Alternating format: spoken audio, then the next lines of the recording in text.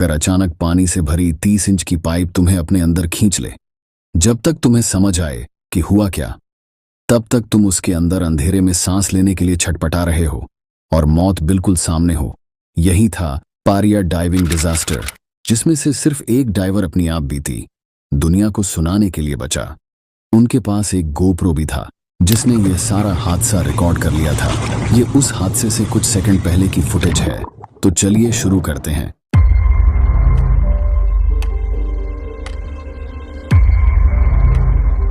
25 फरवरी 2022 LMCS company के diverse के लिए नॉर्मल वर्किंग डे जैसा ही था। उन्हें पारिया ऑयल कंपनी के लिए मेंटेनेंस का काम मिला था।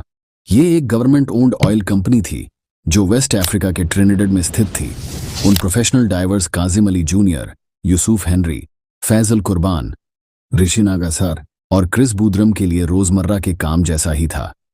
वो लोग पाइप के ऐसे सेक्शन पर काम करने वाले थे जो फिलहाल इस्तेमाल में नहीं लिया जा रहा था। ये 1200 फीट लंबी और एक यू के आकार वाली पाइप थी। यह पाइप बर्थ 6 से बर्थ 5 तक तेल पहुंचाने के लिए इस्तेमाल की जाती थी। बर्थ 6 पर जहाज तेल के टैंक को खाली कर देते और वह समुद्र के नीचे बिछी इस पाइप के जरिए रिफाइनरी तक पहुंच जाता। ये मेंटेनेंस का काम करने के लिए उन्हें पाइप को समुद्र के पानी से अलग करना पड़ता था। इसके लिए उन्होंने पाइप के मुंह पर एक स्पेशली डिजाइंड हैबिटेट को रखा। इस हैबिटेट के अंदर ऑक्सीजन के प्रेशर की वजह से ओशन वाटर उस हैबिटेट के अंदर नहीं जा पाता और उन्हें काम करने की जगह मिल जाती है। ये वैसा ही है जैसे अगर हम बाल्टी में गिलास को उल्टा करके डालें तो पानी गिलास के अंदर नहीं जा पाता। यह हैबिटेट 8x8 का स्ट्रक्चर होता है। इसके अंदर वर्कर्स को आराम से खड़े होकर अपने काम के साथ अपने कपड़े चेंज या इक्विपमेंट्स पहनने में आसानी होती है। उस दिन मेंटेनेंस के साथ एक और काम था। वह था पाइप में लगे एक हवा से भरे रबर के प्लग को बाहर निकालना। यह रबर का प्लग सिर्फ 2 हफ्ते पहले ही लगाया गया था ताकि पाइप से तेल या अंदर बनने वाले हाइड्रोकार्बन बाहर ना निकले। पर वो लोग यह नहीं जानते थे कि पाइप में पहले से ही डिफरेंशियल प्रेशर बना हुआ है, जिसे डेल्टा पी भी कहते हैं। डेल्टा पी को हम इस छोटे से एग्जाम्पल से समझते हैं। अगर हमारे पास 2 टैंक है जो बीच में एक पाइप से जुड़े हैं और इस पाइप के बीच में एक वाल्व है।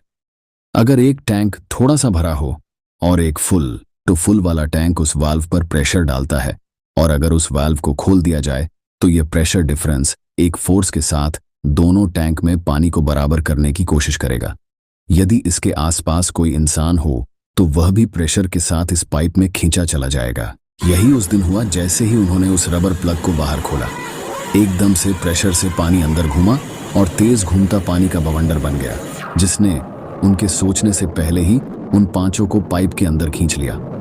वो लोग इसके लिए बिल्कुल भी तैयार नहीं थे और ना ही किसी ने ऐसा कभी सोचा था। ये डेल्टा पी कितना पावरफुल होता है, ये इस वीडियो में आप देख सकते हैं।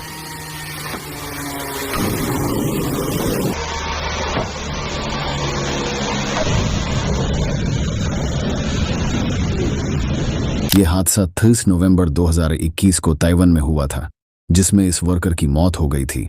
पर उनकी किस्मत थोड़ी अच्छी थी कि वो लोग पाइप में एक ऐसी जगह जाकर रुके जहां हवा का एक बबल बना हुआ था और वो सांस ले पा रहे थे। उन्होंने एक दूसरे के नाम पुकारे। तब उन्हें समझ में आया कि वो सारे उस पाइप के अंदर जिंदा थे। पर उन्हें ना यह पता था कि वो पाइप में कितने अंदर तक है, ना ही वो किस सिरे से आए और किस सिरे से बाहर निकलने का रास्ता है।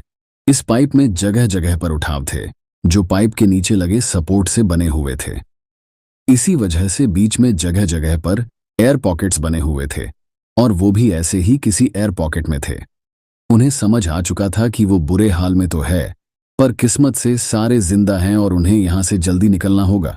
पर वो ये नहीं जानते थे कि उन्हें पाइप में किस दिशा में जाना चाहिए। तो उन्होंने डिसाइड किया वो क्रिस की तरफ चलेंगे।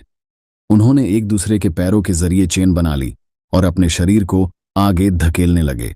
पर दिक्कत थी कि सारी पाइप तेल से चिकनी थी और आगे बढ़ना बहुत मुश्किल हो रहा था। बाकियों को तो छोटी मोटी चोटें ही थीं, पर काजिम और यूसुफ का पैर टूट गया था। अंधेरे, तेल की फिसलन और घायल होने के बाद भी वो लोग आगे बढ़ने की कोशिश करते हैं। पर कई देर मेहनत करने के बाद उनके सामने एक और दिक्कत आ जाती है। एयर पॉकेट से आगे निकलने पर उन्हें पानी पूरी तरह भरा मिला। अब आगे जाने के लिए उन्हें पानी में डूब कर जाना पड़ता। इसलिए यह डिसाइड हुआ कि क्रिस और काजिम दोनों आगे जाकर बाहर निकलने की कोशिश करेंगे और बाकी सब के लिए मदद लाएंगे। वो बड़ी मुश्किल से अपनी सांस रोककर पानी में तैरते हुए आगे बढ़े और अगले एयर पॉकेट तक पहुंच गए। पर काजिम का टूटा पैर आगे बढ़ने में बहुत बड़ी रुकावट बन चुका था। तो उन्होंने डिसाइड किया कि क्रिस अकेला ही यहां से निकलने की कोशिश करेगा। क्रिस ने टैंक को अपने सीने के आगे रख लिया और पाइप में आगे बढ़ना शुरू किया। काफी देर की मेहनत के बाद वो पाइप के उस मोड़ पर पहुंच गया जहां से उसे ऊपर उठना था। पर उसे डर था कि कहीं वो बर्थ 6 की बजाय बर्थ 5 की तरफ ना हो, क्योंकि ऐसे में पाइप का वह हिस्सा बंद मिलता। पर उसकी किस्मत उसका साथ दे गई। वो बर्थ 6 ही था। उसने वहां से चिल्लाना और पाइप को जोर जोर से बजाना शुरू किया, जिससे बचाव कर्मियों का ध्यान उस पर चला गया और चेन्स की मदद से उसे बाहर खींच लिया गया। क्रिस खुशी से भावुक हो गया था, क्योंकि वो जानता था कि वो बच गया है और उसके दोस्तों को भी बचा लिया जाएगा। उसने रेस्क्यूअर्स को बता दिया कि पाइप के अंदर एयर पॉकेट्स बने हुए हैं और बाकी 4 लोग अब भी जिंदा हैं। उसे तुरंत अस्पताल ले जाया गया। अब तक बाहर LMCS कंपनी के किसी भी आदमी को यकीन नहीं था कि वो जिंदा होंगे। उन्हें लग रहा था कि उस पाइप में तेल होगा जिसमें डूबकर वो लोग मर गए होंगे। उन्हें ये इसलिए भी लगा क्योंकि एयर टैंक्स में केवल 1 घंटे की ही ऑक्सीजन होती है और तब तक हादसे को 2 घंटे बीत चुके थे। क्रिस के सही सलामत बाहर निकल जाने से उम्मीद की एक नई किरण जाग गई थी। गोताखोरों ने उनकी लोकेशन पता करने के लिए जब उस पाइप को बजाना शुरू किया तो उन्हें बदले में फंसे हुए वर्कर्स की ठक ठक आवाज सुनाई दी। वो लोग भी पाइप बजाकर जवाब दे रहे थे। गोताखोरों की आवाज से उन चारों को काफी सुकून मिला। उन्हें ख्याल आने लगे कि ऊपर कैसे उनको बचाने के लिए मेहनत की जा रही होगी। रस्सियां, एयर टैंक्स, डाइविंग गियर्स सब तैयार किया जा रहे होंगे। पर घंटे बीतने लगे और उन्हें कुछ नहीं दिखाई दिया। न पाइप के अंदर आने की कोई आवाज, न पाइप को काटकर उन्हें बाहर निकालने के लिए कोई मेहनत। पाइप में ऑक्सीजन कम हो रही थी और उनके लिए सांस लेना उतना ही मुश्किल। पर वो इंतजार के अलावा कुछ नहीं कर सकते थे। कोई रेस्क्यूअर नहीं आया, ना ही उन्हें बचाने की कोई कोशिश की गई। बहुत ही दर्द भरा होता है यह रियलाइज करना कि तुम्हें बस मरने के लिए छोड़ दिया गया हो। इस हादसे में LMCS, पारिया कंपनी और कोस्ट गार्ड की भूमिका पर काफी सवाल उठे।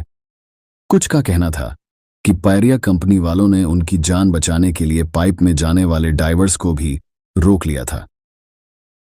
पर कंपनी का कहना था कि उन नौजवानों को बचाने के लिए उनके पास कोई ठोस प्लान नहीं था और अन्य डाइवर्स को अंदर भेजना और ज्यादा रिस्की होता।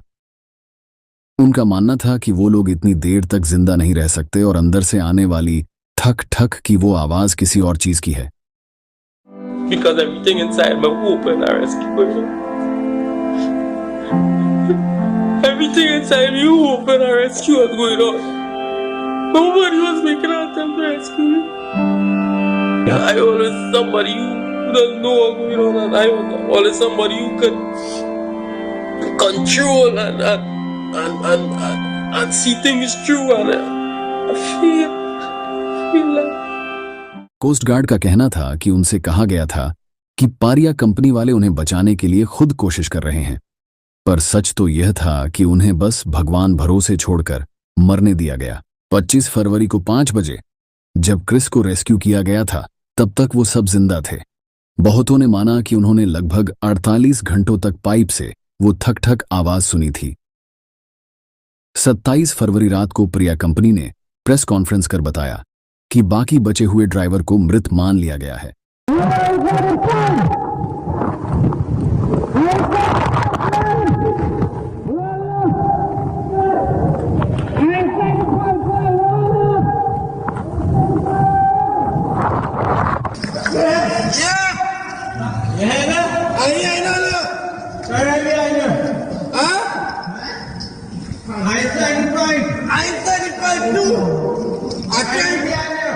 I can't come up.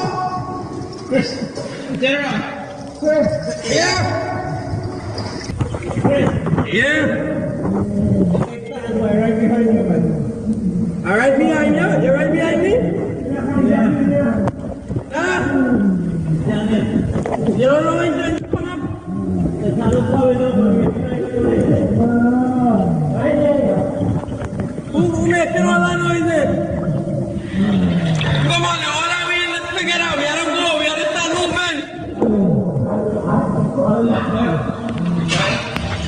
Yeah.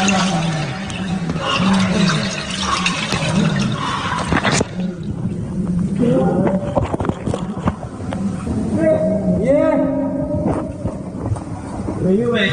I don't know, I'm trying to come up. Trying to come up.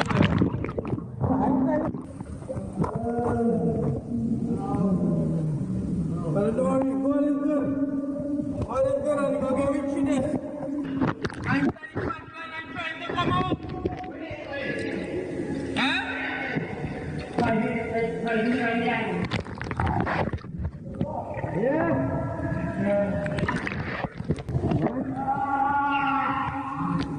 Who is that boy there? Yusuf? Oh, Yusuf? How long you have to walk before you meet Faizi? You and Faizi was together all the time? Right now, we are fighting with that. Right now. Who else with you? We are fighting alone. Can't with you? Right there with? Can't everything alright with you? No. Any items break?